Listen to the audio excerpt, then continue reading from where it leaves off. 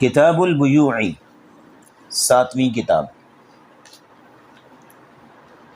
بلوغ المرام کی. یہ بلوغ المرام کا سیکنڈ جز ہے. فرسٹ جز کے اندر پہلی 6 کتابیں ہیں جو عبادات سے ریلیٹ کرتی ہیں، جیسے کتاب الطہارہ ہے، کتاب الصلاۃ، کتاب الصوم، کتاب الزکوٰۃ، کتاب الحج، کتاب الجنائز. یہ کتاب الزکوٰۃ جو ہے، یہ ساری کتابیں کس سے ریلیٹ ہیں؟ عبادات سے. اب جو کتابیں آ رہی ہیں سیکنڈ جز میں وہ ساری معاملات سے ریلیٹ کرتی ہوں گی. ٹھیک ہے جی. تو کتاب البیوع، بیوع کی کتاب. بیوع مانا بزنس، کاروبار، مالی معاملات، لین دین کے. اس میں 22 چیپٹر ہیں ٹوٹل. کتنے چیپٹر ہیں؟ 22 چیپٹر ہیں. آج ہم پہلا چیپٹر شروع کرنے جا رہے ہیں. باب شروطہ وما نہی عنہ منہ. یہ چیپٹر ہم پڑھیں گے.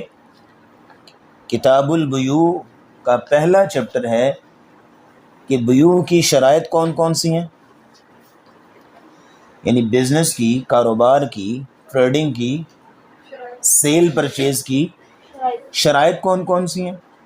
وما نہی عنہ منہ، اور بیوع کی، بزنس کی ممنوع اقسام کون سی ہیں، فوربیڈن، جو حرام چیزیں ہیں کاروبار میں، اس کو ذکر کیا جائے گا. تو فرسٹ آف آل آپ نوٹ کیجئے کہ بیع کسے کہتے ہیں. بیوع بیسیکلی پلورل ہے، جمع کا صیغہ ہے، اور اس کا سنگولر یعنی واحد کیا آتا ہے؟ بیع. جیسے قرآن میں آتا ہے نا وَأَحَلَّ اللَّهُ الْبَيْعَ، اللہ نے بیع کو حلال کیا ہے. بیع واحد ہے اور بیوع اس کی جمع ہے. بیع کی تعریف یہ ہے کہ مال دے کر باہمی رضامندی سے کوئی چیز خریدنا یا مال لے کر کوئی چیز بیچنا.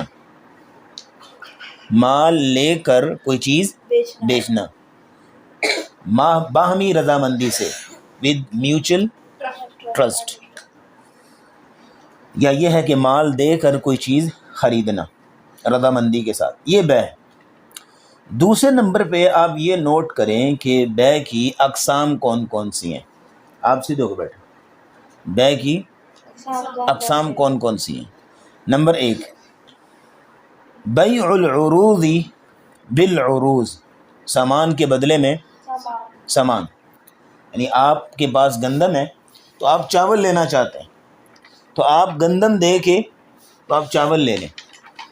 آپ کے پاس اینڈرائڈ ہے تو آپ کیا لینا چاہتے ہیں؟ آئی فون.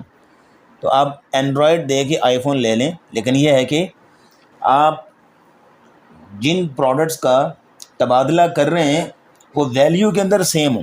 اب اینڈرائڈ اور آئی فون ویلیو کے اندر سیم ہے نہیں نا، تو پھر یہ ہے کہ آپ سیم ہے اینڈرائڈ اور آئی فون.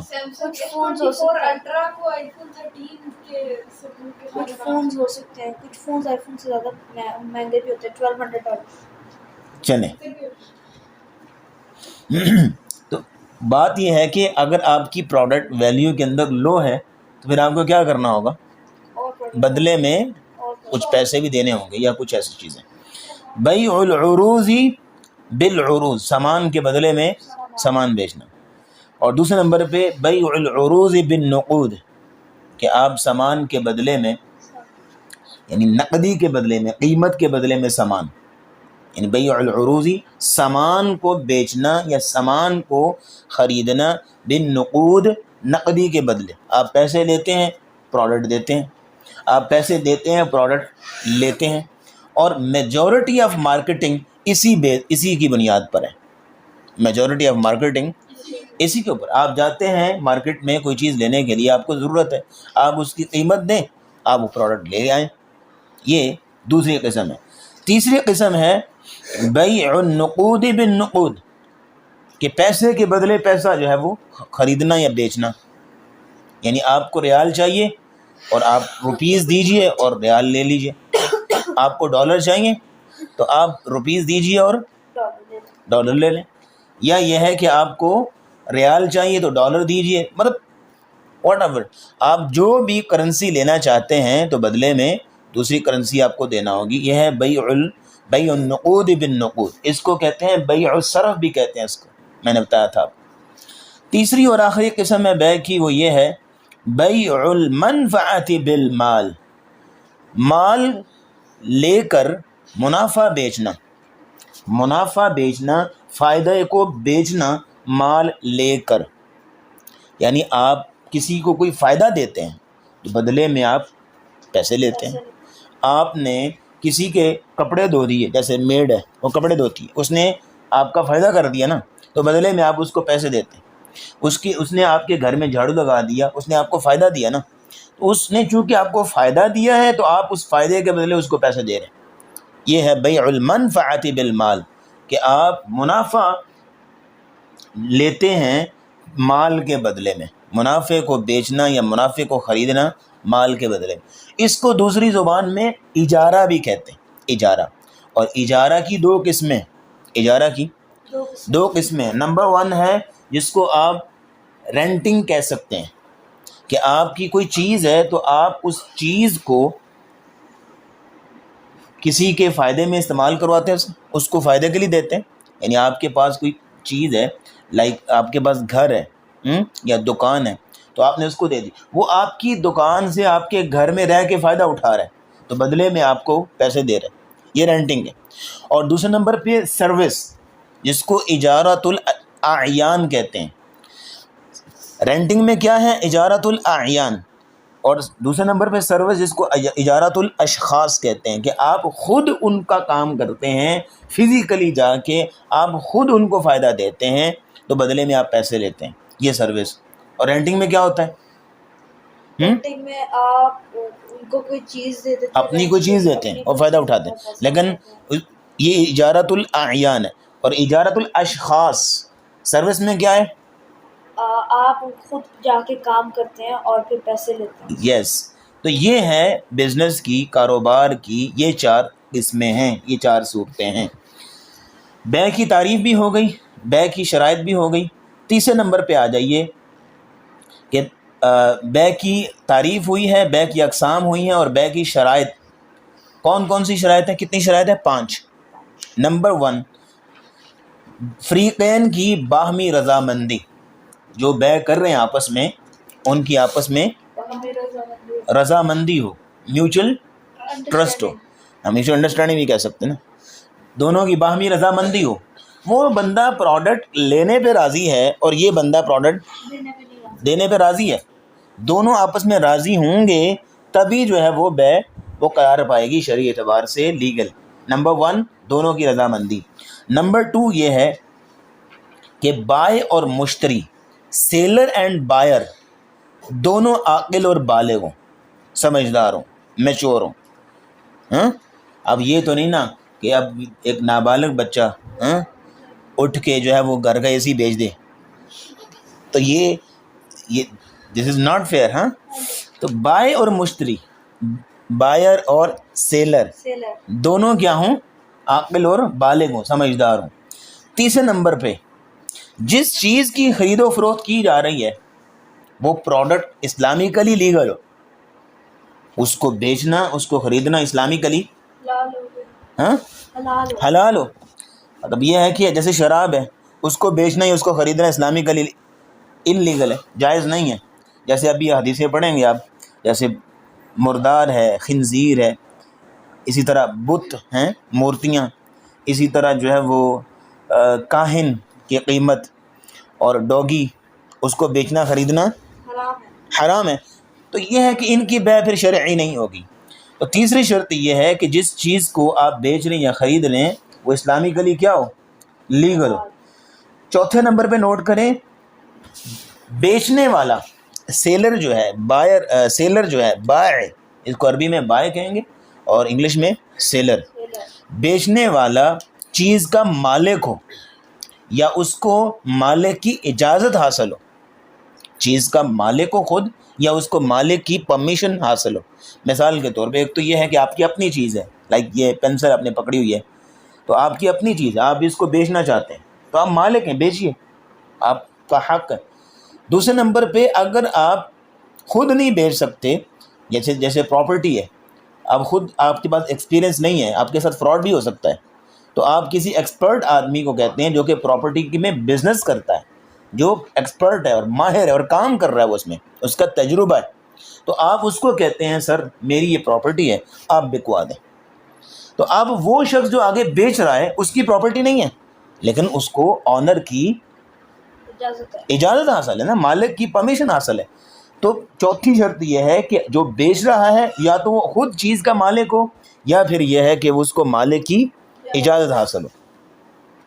پانچویں شرط یہ ہے اور آخری یہ ہے کہ پروڈکٹ اور اس کی پرائس بائر اور سیلر دونوں کو معلوم ہو، کسی بھی قسم کا مجہول پن نہ ہو، اس کے اندر کسی بھی قسم کی آپ کہہ لیں کہ ڈاؤٹ نہ ہو کہ پروڈکٹ اور اس کی کوالٹی کیا ہے. ہاں دیکھیں، آپ جاتے ہیں مارکیٹ میں کچھ چیز لینے کے لیے، same product like washing machine ہے، لائک فریج ہے. اب فریج جو ہے وہ آپ کو ایک فریج وہ کہتے ہیں یہ اتنے کی ملے گی، یہ اتنے کی ملے گی، یہ اتنے کی ملے گی، جبکہ ہے پروڈکٹ فریج ہے، جبکہ تینوں کی قیمت وہ علیحدہ علیحدہ بتا رہا ہے. تو قیمت علیحدہ علیحدہ کیوں بتا رہا ہے؟ کوالٹی کی وجہ سے. کسی کی لو کوالٹی ہے، کسی کی اپ کوالٹی ہے، کسی کی سپر کوالٹی، کسی کی سپر ڈپر سے بھی کچھ اوپر کوالٹی ہوتی ہے. تو یہ ہے کہ ڈفرینٹ کوالٹیز کی چیز ہوتی ہے. تو product and is price and is quality, تمام چیزیں سیلر اور بائر دونوں کے لیے بالکل معلوم ہوں، دونوں کو معلوم ہو، بالکل کسی قسم کا ڈاؤٹ نہ ہو. تو یہ 5 شرائط ہیں، جس بے کے اندر یہ 5 شرائط ہوں وہ بے جائز اور حلال ہوتی ہے. بے کی تعریف ہو گئی، بے کی اقسام، بے کی شرائط، اور چوتھی اور آخری بات نوٹ کریں پھر حدیث پڑھتے ہیں. بے کا اصول کیا ہے؟ بے کا اصول کیا ہے؟ اصول یہ ہے کہ تجارتی معاملات میں اصل اباحت ہے. تجارتی معاملات میں یعنی ہر چیز کیا ہے؟ جائز اور حلال ہے. پیچھے آپ پڑھ رہے ہیں تمام عبادات کے معاملات، اس میں کیا تھا؟ سب کچھ حرام نہیں، سب کچھ منع ہے، کچھ بھی نہیں کرنا. ہاں بالکل لمیٹیشنز ہیں، کچھ بھی نہیں کرنا، وہی کرنا ہے کہ جس کا کرنے کا حکم آ جائے. لیکن تجارتی معاملات میں کیا ہوتا ہے؟ سب کچھ حلال ہے، سب کچھ جائز اور حلال ہے، الا یہ کہ کسی کام کے منع ہونے کی دلیل آ جائے. پھر یہ بات نوٹ کر لیں کہ جس تجارتی معاملے میں، جس کاروبار میں سود آ جائے، جہالت آ جائے، دھوکہ یا نقصان یا فراڈ اور حق تلفی آ جائے، کسی کا حق مارنے، اس طرح کی کوئی بھی چیز آ جاتی ہے، جھوٹ آ جاتا ہے، ملاوٹ آ جاتی ہے، کوئی بھی چیز اس طرح کی آپ نے ایڈ کر لی اپنی ٹریڈنگ میں، اپنی تجارت میں، بزنس میں، تو آپ کا وہ بزنس، وہ تجارت کیا ہو جائے گی؟ حرام. چلیے جی پہلی حدیث پڑھیں گے. بسم اللہ. بسم اللہ الرحمن الرحیم. وعن رفاعة بن رافع رضی عن رفاعة بن رافع وعن رفاعة بن رافع رضی اللہ تعالی عنہ ان النبی صلی اللہ علیہ وسلم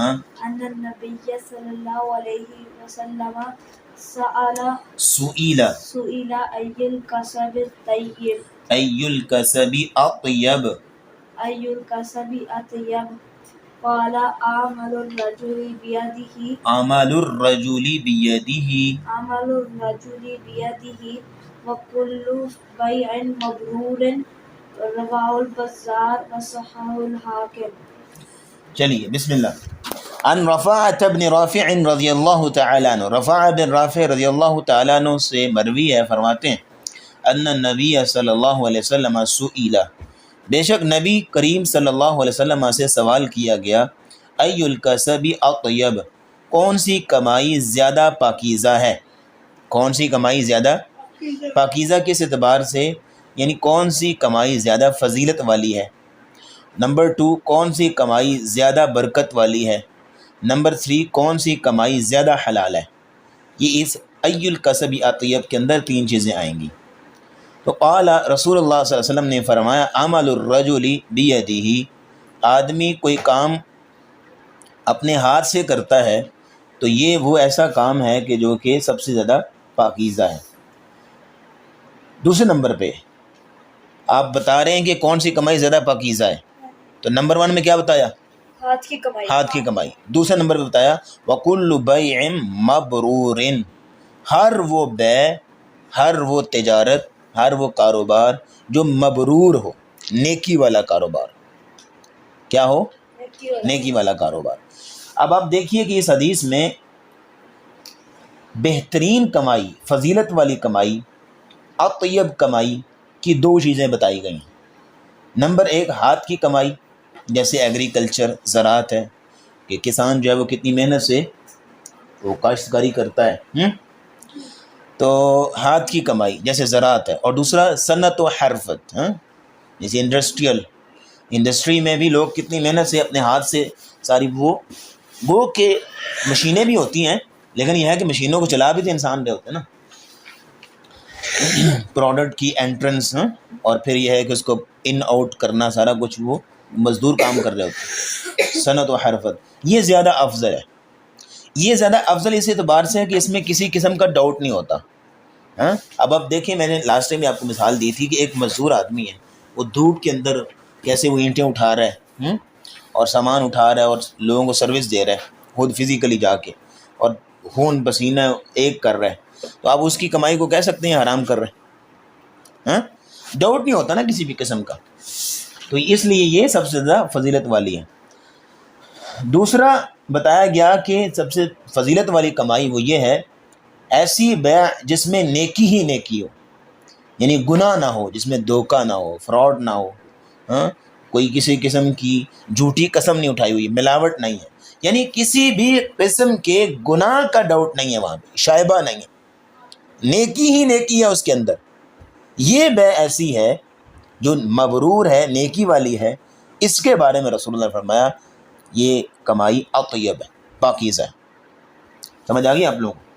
رواہ البزار، اس کو روایت کیا ہے امام بزار نے، یعنی اپنی کتاب میں حدیث نمبر 1257، اور وصححہ الحاکم، اور امام حاکم نے اس حدیث کو صحیح قرار دیا ہے، تو یہ حدیث صحیح ہے بالکل۔ اگلی حدیث پڑھیں جی۔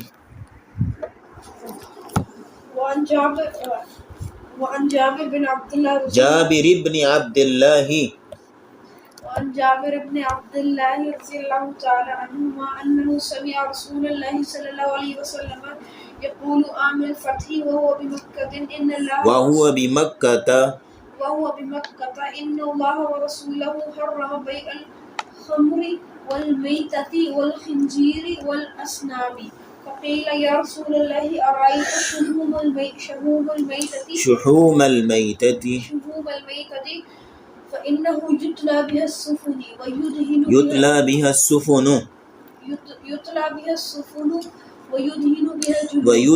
بها الجلود ويستصبح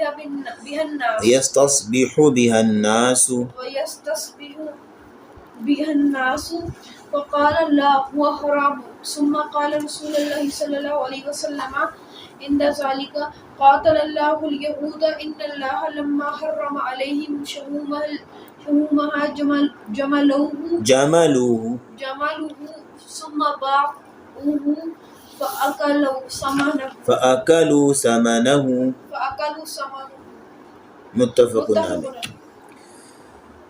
وعن جابر بن عبد اللہ رضی اللہ تعالی عنہ، جابر بن عبداللہ رضی اللہ تعالی عنہ سے مروی ہے، فرماتے ہیں انہ سمع رسول اللہ صلی اللہ علیہ وسلم یقول، انہوں نے سنا رسول اللہ صلی اللہ علیہ وسلم کو آپ فرما رہے تھے عام الفتح، فتح مکہ کے سال، اور جو کہ 8 ہجری اور رمضان کا واقعہ ہے، 8 ہجری میں مکہ فتح ہوا نا، 8 ہجری رمضان کے مہینے کی بات ہے۔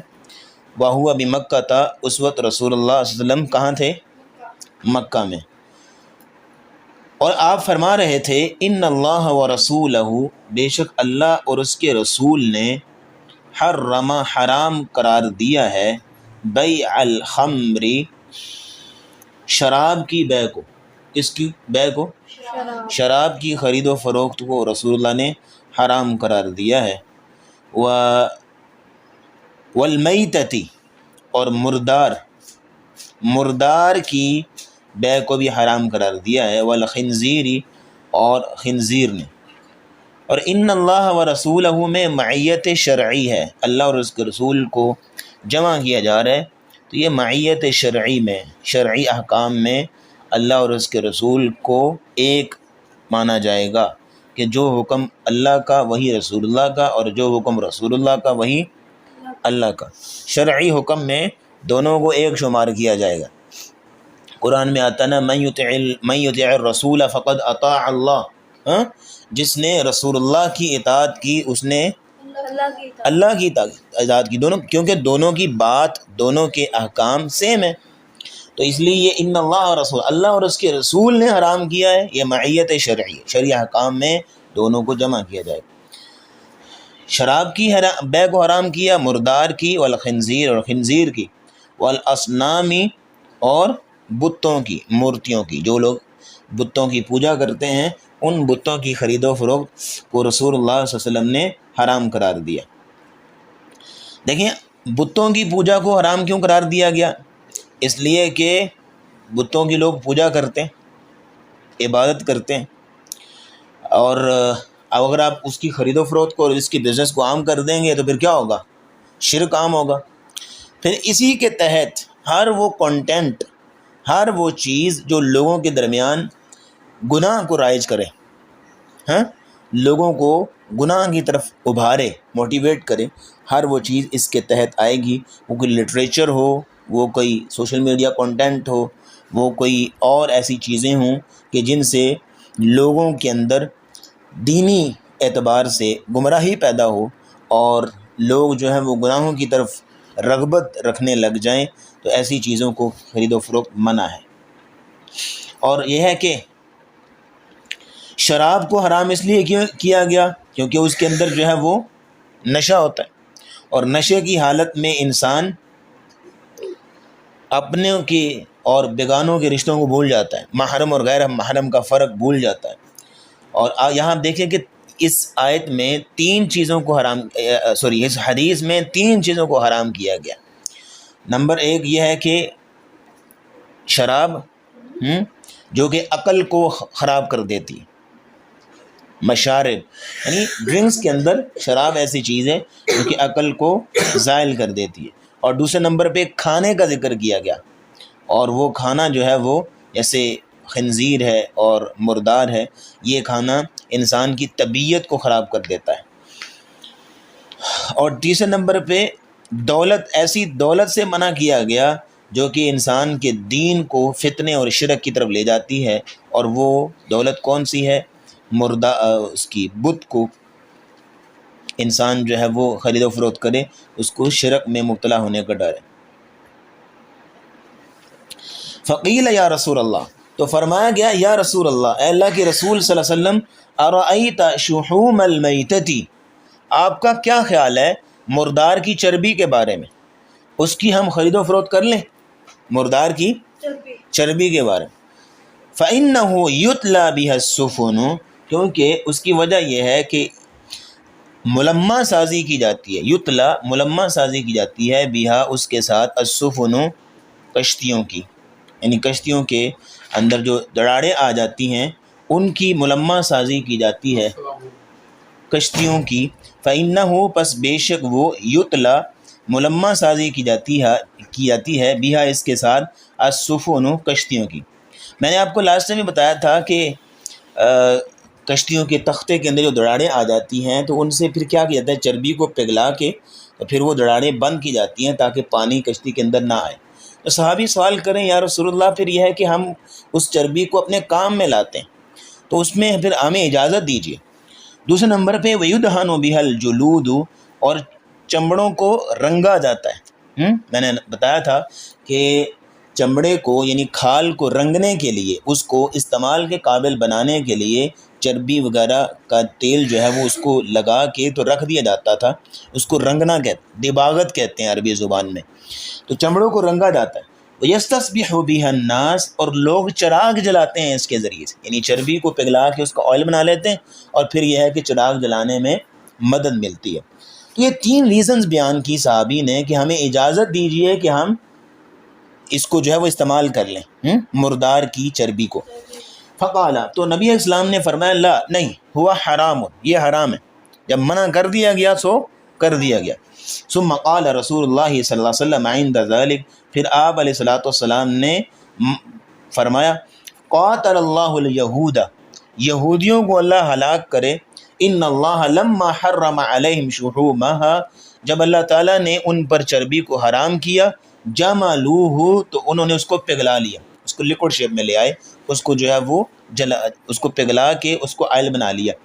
ثم باعوہ، اور پھر اس کو بیچنے لگ گئے۔ اللہ نے ان پر حرام کیا تھا نا، دیکھیں جس چیز کو حرام کر دیا گیا نا، اس سے فائدہ اٹھانا بھی حرام ہوتا ہے، اس کو بیچنا اور اس کو خریدنا بھی حرام ہوتا ہے۔ صحابہ کرام پہ جب ریسنٹلی شراب حرام ہوئی تھی تو ان کے پاس سٹوریج موجود تھا شراب کا، مٹکے بھرے ہوئے تھے، برتن گھروں میں بھرے ہوئے تھے، تو اب وہ چاہتے، ان کے اندر بھی، ان کے مائنڈ میں بھی یہ چیز آ سکتی تھی کہ حرام تو ہم مسلمانوں کے لیے نا، جو کافر ہیں مشرک ہیں ان کے لیے حرام تو نہیں ہے، ہم اس کو بیچیں اور پیسے جیب میں ڈالیں، لیکن نہیں، انہوں نے مٹکے تک توڑ دیے اور شراب تک تو وہ اس کو گلیوں میں بہا دیا کہ جس چیز کو ہمارے لیے حرام کر دیا گیا ہے اس سے کسی بھی قسم کا فائدہ نہیں اٹھا سکتے، کسی بھی قسم کا فائدہ آپ نہیں اٹھا سکتے، اس کو ضائع کیا جاتا ہے اگر پہلے سے موجود ہو تو اس میں بھی نبی کریم صلی اللہ علیہ وسلم فرما رہے ہیں کہ جب ان پر اللہ نے چربی کو حرام کیا تو انہوں نے چربی تو استعمال نہ کی، اس کو پگھلا کے اس کو جو ہے وہ اس کا آئل بیچنے لگ گئے۔ ہاں، فَأَكَلُوا ثَمَنَهُ، تو انہوں نے اس کی قیمت کو کھایا،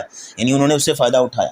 تو یہودی جو ہے نا ہیلا سازی کرنے میں ماسٹر ہے شروع سے لے کے، یعنی حرام چیز ہے نا اس کو حلال کروانا ہونا، تو اتنی عمدہ تعویل اور اتنی جو ہے وہ بیسٹ تعویل یہودی دے سکتا ہے، اتنا کوئی اور نہیں دے سکتا۔ ماسٹر ہے یہ بندہ، یہودی جو بھی ہو، وہ کسی حرام چیز کو حلال کرنے میں وہ ماسٹر مائنڈ ہوتے ہیں۔ اسی لیے رسول اللہ فرما رہے اللہ ان کو ہلاک کرے، جب اللہ نے ان پر حرام کیا تو انہوں نے اس کو پگھلا کے بیچنا شروع کر دیا۔ متفق علیہ، یہ حدیث صحیح بخاری میں، صحیح مسلم میں ہے، صحیح بخاری میں 2236 اور صحیح مسلم میں 1581 حدیث۔ تو آج کے سبق میں ہم نے یہ 2 حدیثیں پڑھی ہیں، تو اس حدیث میں بنیادی سبق آپ کو یہ دیا جا رہا ہے کہ کسی بھی حرام چیز کو ہیلے کے ساتھ حلال کرنا جائز نہیں ہے، اس سے بچنا چاہیے، کیونکہ رسول اللہ نے یہودیوں کو بد دعا دی ہے اس وجہ سے۔